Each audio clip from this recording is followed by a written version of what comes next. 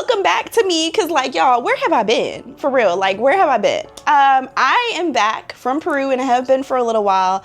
Gave y'all one video and disappeared. I need more structure for YouTube because, baby, I have been so active on TikTok and Insta and I ain't done nothing for the tubes. So this is on me. This is on me. But I am back with a new camera and a new mic, you know, trying to elevate life just little by little. So I will say that I'm excited for just seeing like the quality and how everything turns out with this setup versus what I had before. So we'll start there. I do want to hop right into like talking about Egypt, but before we go, I did have some questions about Peru that came under YouTube videos or Instagram or TikTok or wherever else that I want to address too. So someone did ask me, why Peru? I'm trying to see all the wonders of the world before I turn 40. I'm 31, I have 9 more years. I've already seen the temple in Mexico. Now I've seen Machu Picchu, and I've also seen the pyramids of Giza, but technically the pyramids of Giza are not part of the 7 wonders of the world that currently exist. So that's neither here nor there. But yeah, so that is why I went to Peru, but I absolutely love Peru now and will literally go back just to go back. Like, I'm trying to eat, what's up? The second question, speaking of eating, was why do I hate guinea pigs? Y'all, I don't hate guinea pigs. They're so cute.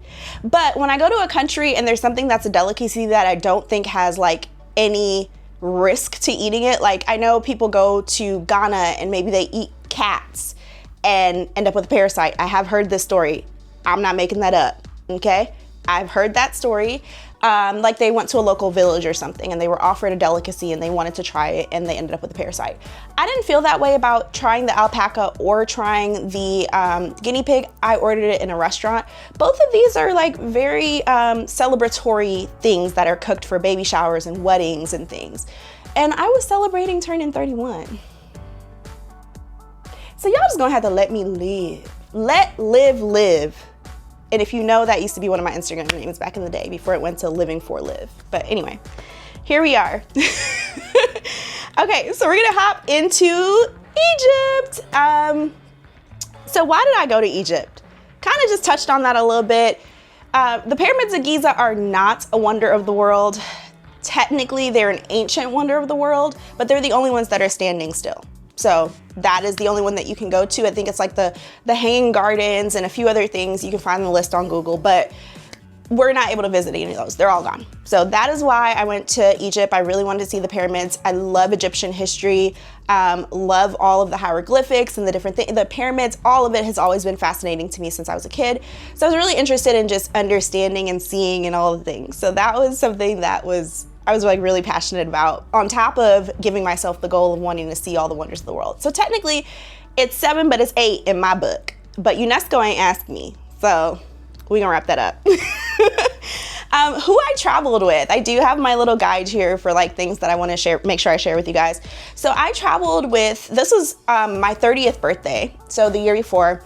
And I did this with Travel Tourist. So Travel Tourist is a travel influencer. She hosts a bunch of different solo group trips. So like you're going solo, but it's with a group of other women, so you don't feel so alone and you like know somebody. And if something's happening, you can at least be like, I need help. Somebody can help me.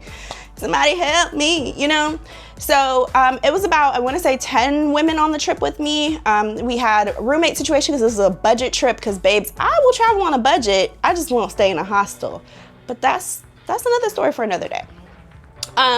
But you know, so I paid her monthly, and then everything was pretty much covered, hotel, my domestic flight, and all that. But what was not covered? Like some meals weren't covered, drinks, that kind of thing were not covered. So it was pretty good. Paid her monthly up until when I went on the trip. Again, it was a budget trip, so like we weren't staying in the Ritz-Carlton, okay? We stayed in a local family establishment, which I thought was absolutely beautiful, and it had such a great view of the pyramids. So like, I was not complaining, but I do know that there are some people who feel like the accommodations that we were in weren't that great. Child. I knew I was coming on a budget trip. That's all I'm gonna say. If any of the girlies that I went on the trip with see this, babes, we knew we was going on a budget trip. We knew we were not staying at the Ritz. Okay, moving along. But it was great to do that because my trip the year before was a cruise, so I was definitely 100% alone. And going to a country where I don't know the culture very well, like I know certain things, but not enough. And you know, a lot of things are myths, you just never really know. I definitely wanted to be with women and also be with people who were culturally aware. And we did have 2 guides that were guides from Egypt, and they went everywhere with us. We had security guards. We were also told not to even leave the hotel. Like, have somebody else go do it, you're good. It was a packed itinerary. I mean, we did everything from temples to perfume. I'm getting ahead of myself. So I don't know the exact hotel that we stayed at, but I will find it and I will put it in the video somehow, right? But it was gorgeous. It was newly built. It had just been converted from a family home into a boutique hotel. And on top of that, amazing views of the pyramid. I mean, you would wake up, go to breakfast, the pyramids are there. The Sphinx is there. Like I could not have asked for more. So from there, we went down to Aswan, which is the furthest down in Egypt as you can get, to my knowledge. I could be wrong. And it's basically across the Sudan, to my knowledge. I could be wrong. I'm not a geography major, y'all. I'm just trying to remember what I heard on the trip. And this was 2 years ago. I can't even remember what I ate for breakfast. So let's start there. But so I went down to Aswan. Aswan has some of the most beautiful people. They are of darker complexion, and they reminded me more of what you would typically think of in Sudan and such. But let's backtrack to Cairo. Cairo's a big city, watch your back. It's a lot going on in Cairo. Fast forward to Aswan. Aswan was beautiful, very like sweet people, just a totally different vibe from Cairo. Not that Cairo was bad, because we went around, you know, went to the Sphinx, went to the museums, all of the things in Cairo. I actually rode ATVs in the desert by the Sphinx, by the pyramids, crazy, got lost, all the things. But Aswan was where I felt most comfortable. We went to the Nubian village. We got to see a lot of the temples there. You know, the itinerary was so packed. I can't even tell you the amount of temples we went to, the amount of different monuments that we saw. The Scarred Valley, maybe it's not Scarred Valley, that sounds like Peru. Valley of the Lost, Valley of the Kings, where all the tombs are. But yeah, it was a great trip. I felt like I left Egypt knowing so much more than I stepped foot in Egypt knowing. I was well informed, well taken care of. I will say, let's get into my likes and dislikes. So likes, Egypt is beautiful. It's culturally diverse. Egypt is not one of those places where you have to necessarily have fear. However, the poverty shows in the way that people heckle you. Right? I think heckle is the right word. So the way that, you know, someone runs up to you, oh, bookmark, trying to sell you things, peddle stuff to you. Yeah. Using even like babies, like 4-year-olds are running up to you, trying to sell you stuff. You know, all developing countries, I'm from a developing country, allegedly, supposedly, Jamaica is still a developing country, but all developing countries have, which are, you know, primarily source of income is tourism, right? Have this where people are trying to sell items, people are trying to upcharge you, people are trying to low-key scam you. It's the same everywhere. It's not just Egypt. But I felt very pressured in Egypt. I remember we were walking to one of the temples. It happened to be at night because we did sail down the Nile River, which is so cool because, like, hello, Moses was in a basket on the Nile. I don't know how that man, that baby survived that, having actually been on the Nile. But we got off the boat and we were walking to a temple. It was a night tour. They had like petrified crocodiles that were found in a tomb. It was very cool stuff. And all I'll say is we went through a mob of humans. Wow, the mob, alhamdulillah, like check in with me. I need to go home. Okay, I didn't want to check in with nobody. I want to go home. The amount of people, kids, like people just touching you. Hey, Shakira, Beyonce, Shakira, Michelle Obama. No, it was a lot. It was a lot going on, and that was one situation. I was like, oh, my social anxiety is kicking in, like, get me out of here, you know? So I will say that was something that was so heavy in Egypt that I have not experienced as heavily anywhere else. Oh my God. We made it. Hallelujah. So I think I went straight into my dislikes. But that was the main one. The likes, I mean, the people are so hospitable. The food is delicious. Egyptians are very prideful people in the best way possible. I will say you need to be aware of the culture, because at the airport you will be separated from the male guides that you have. And you will be treated potentially differently, especially if you are a Black woman. I will say I did experience some form of, I don't know if it was racism or sexism, or, you know, because I'm not, I don't know, guys. I don't know. There's a plethora of things that it could be.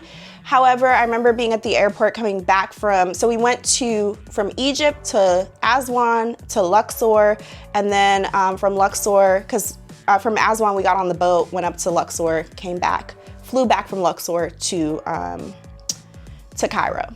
So the airport in Luxor, yeah, I mean, the amount of just like opening my stuff, and these were men, so that made it even worse, because I'm thinking I'm protected from that type of harassment in a Muslim country.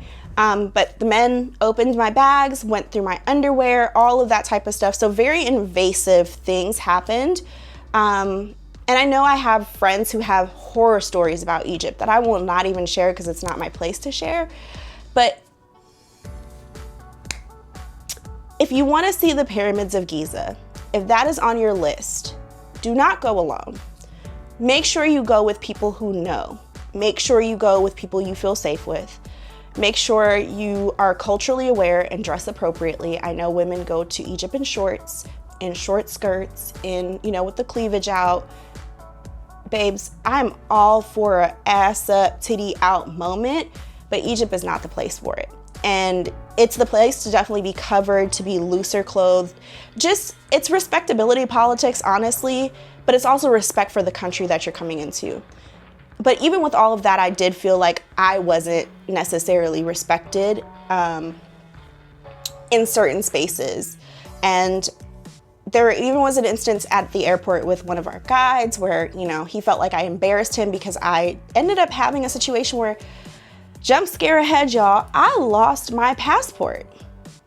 It fell out somewhere. Thank God it fell out in the van. But I started panicking and, you know, crying and digging through my stuff, trying to find it, because I'm like, I know I left it in here. So that's why the pro tip of like, keep your passport on you at all times is most definitely always something I'm gonna tell the girlies. Do not put your I don't care. Put that passport on your person. Do not leave that passport in a bag.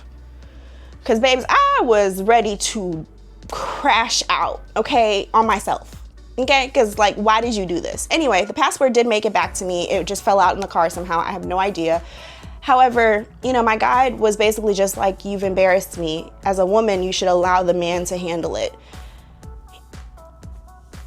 Babe, it's me who's going to be stuck in Egypt, not you. You live here. So, like, there's definitely a lot of cultural differences that, Habibi, you know, but Yalla, can't say it, but go to Egypt, babe. Go to Egypt. Don't let these people scare you. Just know that when you go to Egypt, be cautious.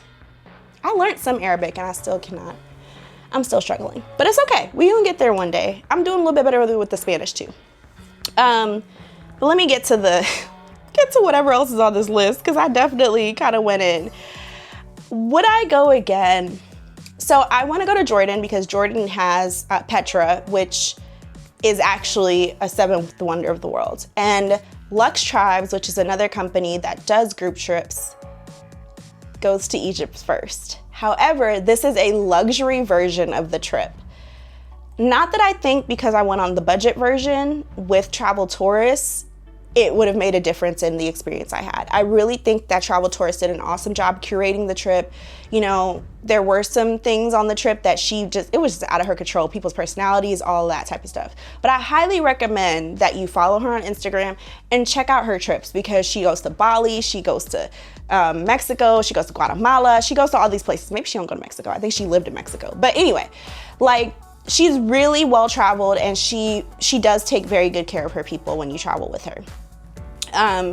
But Lux Tribes is something that I've been wanting to travel with, and I'm traveling with them at the end of the year. I will be sharing details about that soon.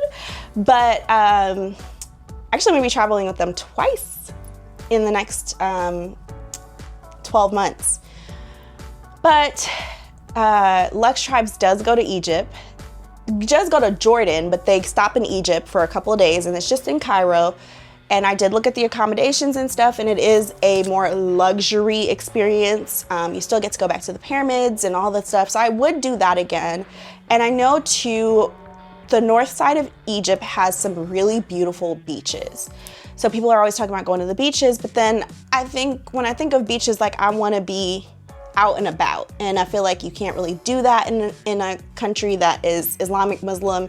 So I don't know. I'm trying to debate, because I don't want to go to Jordan and have a similar experience to what I had in Egypt. As far as like, try to go to Jordan by myself and really regret it. I honestly feel like if you do not know the culture, don't go alone. With Peru, I felt like I could at least kind of figure the culture out a little bit more. Because there's like religious diversity, even, you know, different language diversities, people diversity, like there's Africans and Asian people in Peru. So I felt like I could do that. But I think with Egypt, it was just, I knew I needed a guide. I knew I needed to not go by myself. And, you know, same thing for Jordan. I'm already knowing I'm gonna need to not go by myself. So I might just be forced to go back to Egypt. And I say forced because I have literally said to people, I will never step foot in that country again. And not because I didn't have a good time, but because I felt like I got everything I needed to get in the 8 or 9 days I was there. I don't think of Egypt when I think of beach vacation at all. So it's just like, you know, telling me go to the beach in Egypt just wasn't appealing. However, I do understand that I will likely have to go to Egypt to go to Jordan if I'm gonna do it as a group trip, and I ain't doing it by myself, so that's just what it's gonna be. So yes, I will be going back to Egypt at some point. This is such a long way of saying yes, I'm taking my ass back to Egypt. But that is my not so quick share out of my time in Egypt. Black women, do not go on your own.